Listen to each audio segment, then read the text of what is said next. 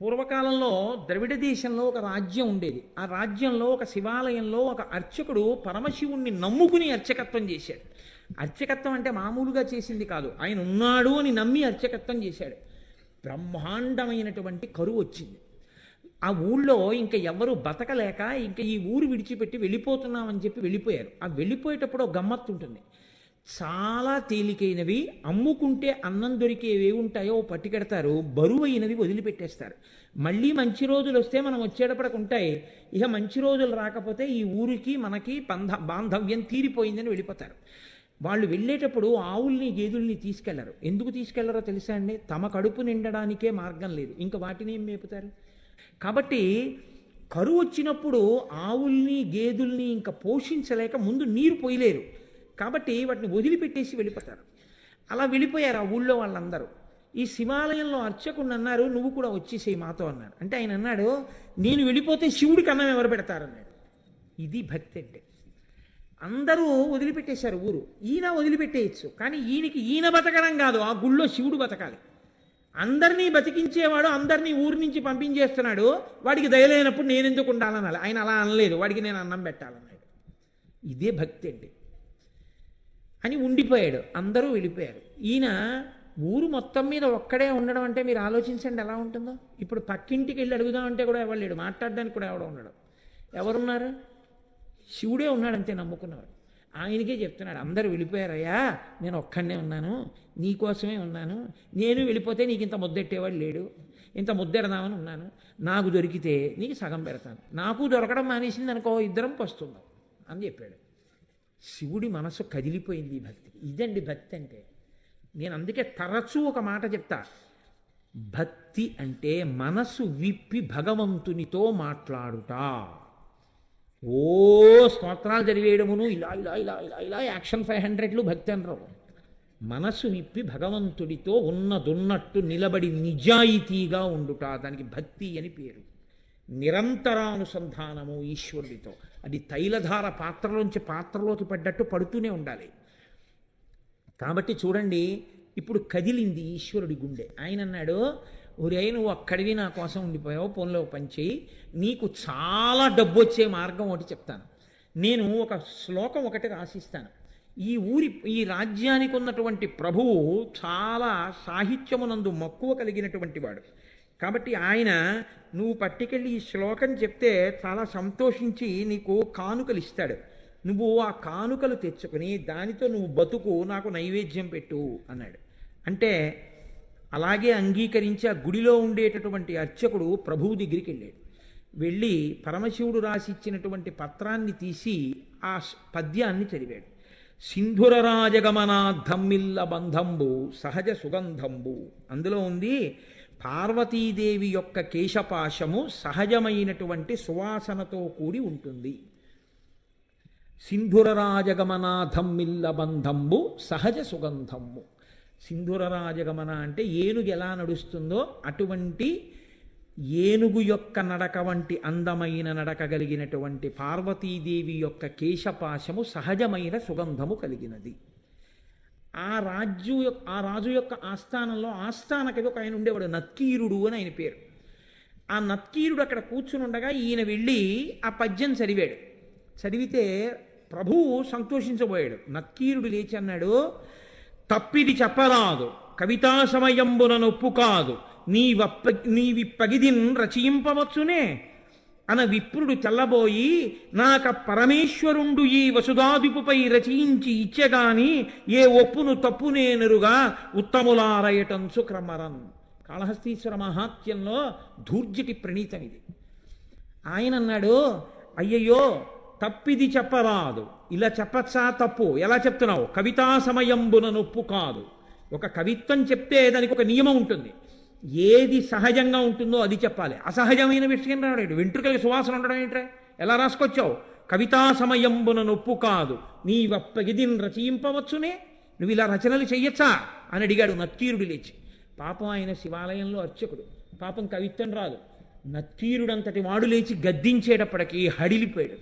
హడిలిపోయి నమస్కారం చేసి కాళ్ళ మీద పడిపోయి అన్నాడు, ఈ ఆ పరమేశ్వరుండు ఈ వసుధాదిపుపై రచించి ఇచ్చే కాని ఏ ఒప్పును తప్పు నేనురుగా ఓ ఉత్తములారయటన్సు క్రమరన్. ఓ ఉత్తములారా, నేనేమీ రచించలేదు, నాకు తెలియదు. అన్నం లేదని ఏడుస్తుంటే ఉంటే నీకు పెడతా, లేకపోతే లేదయ్యా శివయ్య అన్నాను. అంటే నాకు రాసి ఇచ్చాడు. నేను ఈ రాసు మీద రాశానయ్యా వెళ్ళన్నాడు. డబ్బు ఇస్తాడన్నాడు. వచ్చాను, చదివాను, నేను రాయలేదు. ఈ తప్పు నాకు తెలియదు, నన్ను మన్నించండి, క్షమించండి, నేను వెళ్ళిపోతున్నాను అన్నాడు. పో అన్నాడు. తిరిగి వచ్చేసాడు. ఎక్కడికి వచ్చాడు? వెళ్ళిపోలేదు.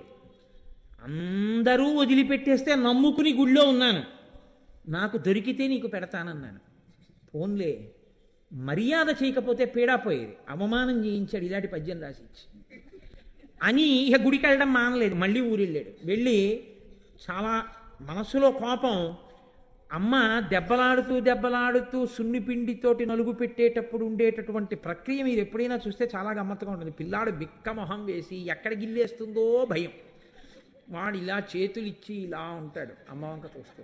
ఆవిడ మొన్న ఫస్ట్ యూనిట్ టెస్ట్లో 7 మార్కులు, రెండో యూనిట్ టెస్ట్లో 8 మార్కులు. అందులో గట్టిగా ఒత్తచ్చు కదా, ఒత్తేస్తూ చెయ్యి పట్టుకుని పైన కింద ఒత్తేస్తూ నిలబడు అని. మీ నాన్నకి పట్టదు, ఎప్పుడు ఉపన్యాసాలు అని ఇలా అంటుంటే తొడల దగ్గరికి వచ్చేటప్పటికి ఏ పిక్క తిప్పేస్తుందో అని వాడు అలాగే బిక్క చచ్చిపోయి ఉంటాడు. అలా ఈయన చేతిలో పాత్ర పట్టుకుని నమస్సోమాయిచ రుద్రాయిచ నమస్తామ్రాయిచ అరుణాయిచ నమశంగాయిచ పశుపతయేచ, గొప్ప పద్యం రాశావు అని పోస్తుంటే శివుడు బిక్క చచ్చిపోయి అలా ఉండి అభిషేకం చేయించుకుని, నువ్వు పెట్టకపోయినా నేను పెట్టాలిగా, ఇంకా తిను. ఓం ప్రాణాయి స్వాహ, ఓం అపానాయి స్వాహ, ఓం యానాయి స్వాహ అంటుంటే ఆయన లేచి అన్నాడు, ఎందుకయ్యా అంత కోపం, ఏమైంది అక్కడ అన్నాడు. ఏమి తెలియని వాళ్ళే అడక్కో, సర్వజ్ఞుడివి, నీకు తెలియంది ఏం లేదు, ఎంత గొప్ప పద్యం రాశావు. మీ ఆవిడ వెంట్రుకలకి సహజ సువాసన. నక్కీరుడు నిలదీశాడు. ఏమిటి కవిత్వం అని అడిగాడు. కవితా సమయంబున నొప్పు కాదు, నువ్విప్పగిజిన్ రచయింపవచ్చునే అని అడిగాడు. సిగ్గుచేటై తిరిగి వచ్చాను అనేటప్పటికి శివుడు అన్నాడు, వాడేవాడు ఈశాన సర్వ విద్యానాం ఈశ్వర సర్వభూతానాం బ్రహ్మాధిపతిర్బ్రహ్మణోధిపతిర్బ్రహ్మ శివోమే అస్తు సదాశివోం. సమస్త విద్యలకు అధినాథుణ్ణి నేను ఇంతపాటి లేశమైన కవిత్వం ఇస్తే పలుకుతున్నాడు నక్కీరుడు. నేను రాసినటువంటి కవిత్వంలో తప్పు పట్టగలిగిన మొనగాడా, నేనే పెడతానన్నాడు. ఒక బ్రాహ్మణుడి వేషం వేసుకున్నాడు, తలపాగా చుట్టుకున్నాడు, రాజుగారి సభలోకి వెళ్ళాడు. వెళ్ళేటప్పటికి అందరూ అబ్బో చాలా వర్చస్సుతో ఉన్నాడు, లేచి నిలబడ్డాడు. నిలబడేటప్పటికి ఇంకా ఎవరిని ఏమీ అడగలేదు, చాలా కోపంతో ఉన్నాడు. ఈ రాజన్యుని మీదనే కవిత సాహిత్య స్ఫురన్మాధురీ చారు ప్రౌఢిమ చెప్పి పంప విని మాత్సర్యంబు పాటించి ఈ నక్కీరుండూరక తప్పు పట్టెనట. ఏది లక్షణమో అలంకారమో పదబంధమో రసమో చక్కంచెప్పుడా తప్పన. శివుడు నిలదీశాడు, ఎరా నేను ఈ రాజన్యుని మీదనే కవిత సాహిత్య స్ఫురన్మాధురీ చెప్పి పంప అద్భుతమైనటువంటి పద్యం ఒకటి నేను రాసి పంపించాను. ఈ నక్కీరుండు మాత్సర్యంబు పాటించి ఊరక తప్పు పట్టానట. అవతలవాడు పద్యం రాయడం ఏమిటి, నేను మెచ్చుకోవడం ఏమిటని కేవలం అసూయతో నక్కీరుడు తప్పట్టుకున్నాడు పద్యంలో. ఏది పద్యంలో తప్పెక్కడుంది చెప్పమనండి. లక్షణమో, ఏం పద్యంలో లక్షణంలో తప్పుందా? అలంకారమో, అలంకారం తప్ప. పదబంధమో, పదములు బంధం వేయడం తప్పొచ్చిందా? రసమో, రసభంగం అయిందా? చక్కంచెప్పుడా తప్పనం, ఏది తప్పు చెప్పు. రాజు తెల్లబోయి ఈ కూడా వెప్పడదు, ఎప్పుడు అయిపోయింది, ఇప్పుడు ఇక మన ఈయనెవరో వచ్చాడు అని. ఆయన వెళ్ళిపోయాడు కదా అర్చకుడు, ఈయనెవరో వచ్చాడు. ఓహో, కవిత్వం రాసిన వాడు ఈయనేమో. శివుడు అన్నాడే, మరి ఈయనేమిటి ఇలా ఉన్నాడు అనుకున్నాడు. ఈలోగా నక్కీరుడు గభాలను లేచాడు, తన పేరు కదా ఎత్తాడు.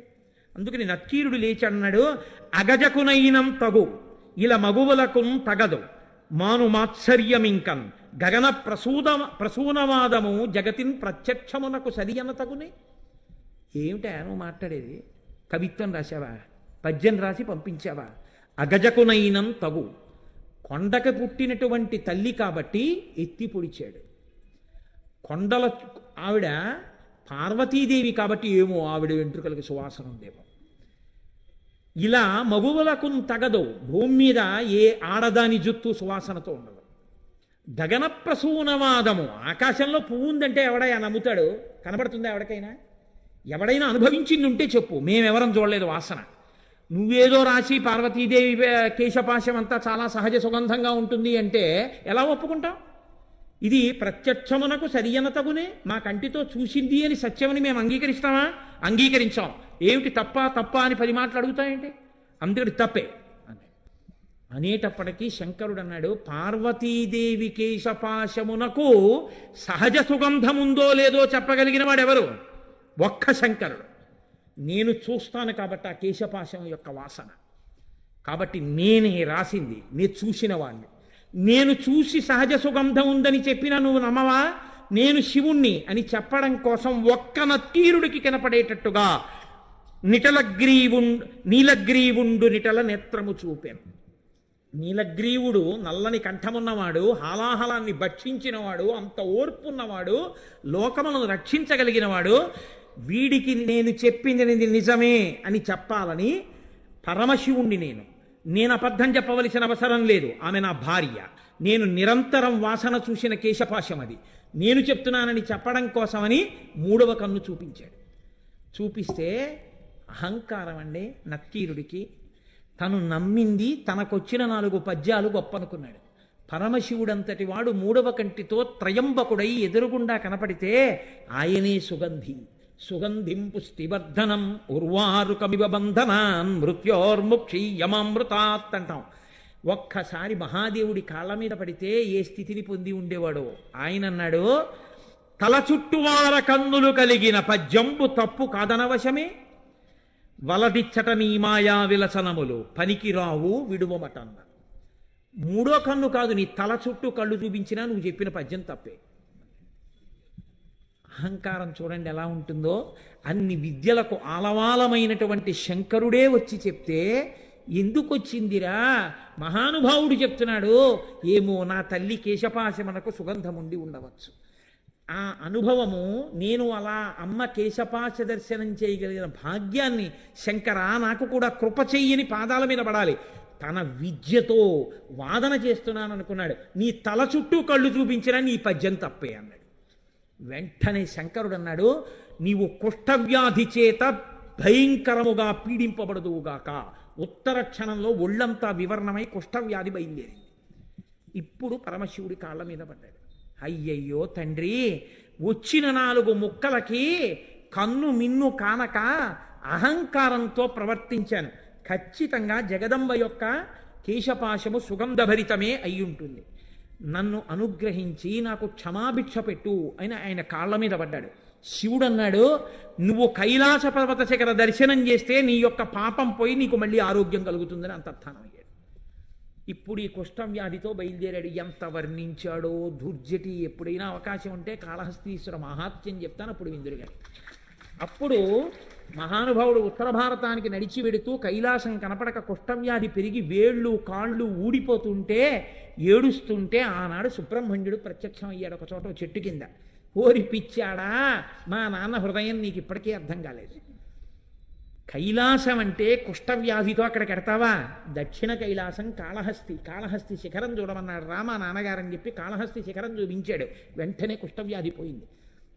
అప్పుడు అక్కడే ఉన్నటువంటి పాతాళగంగలో సరోవరంలో స్నానం చేసి శంకరుడి మీద ద్రవిడ భాషలో ఆయన బ్రహ్మాండమైనటువంటి కావ్యరచన చేశాడు.